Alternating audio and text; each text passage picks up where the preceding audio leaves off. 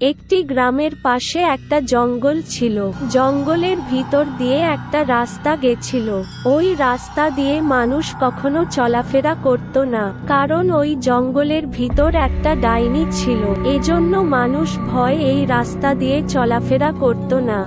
একদিন ওই গ্রামের একটা ছেলে খেলতে খেলতে জঙ্গলের ভিতর ঢুকে যায়। সে রাস্তা হারিয়ে ফেলে এবং খুব ভয় পায়। অনেক রাত হয়ে গিয়েছিল, কিন্তু সে গ্রামের রাস্তা খুঁজে পাচ্ছে না।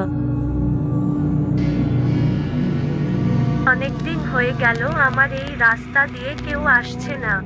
আমারও তো ইচ্ছে করে মানুষের মাংস চিবিয়ে খেতে। আজকে কেমন জানি মানুষের গন্ধ পাওয়া যাচ্ছে। ওই যে মানুষের মতো কি যেন দেখা যাচ্ছে, সামনে গিয়ে দেখি। ওই যে মানুষের বাচ্চা, গিয়ে ঘাড়টা মোটকে দিয়ে আসি।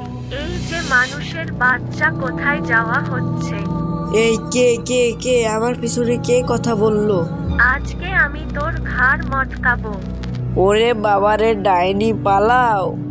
বাবা মা তোমরা কোথায়? আমাকে ডাইনি খেয়ে ফেললো, কেউ আমাকে বাঁচাও, বাঁচাও!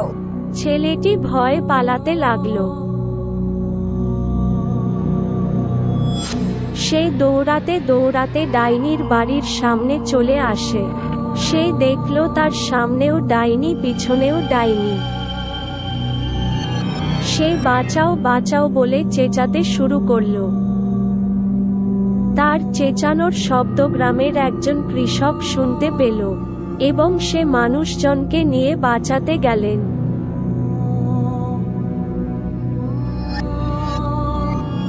এদিকে ছেলেটা ডাইনির তাণ্ডব দেখে অজ্ঞান হয়ে যায়। ছেলেটির অজ্ঞান হওয়ার পর এবং লোকজনের আওয়াজ শুনে ডাইনি পালিয়ে যায়। তারা দেখে ছেলেটি অজ্ঞান হয়ে পড়ে আছে। তারা সবাই মিলে তাকে গ্রামে নিয়ে যায় এবং তার বাবা মার কাছে ফিরিয়ে দেয়।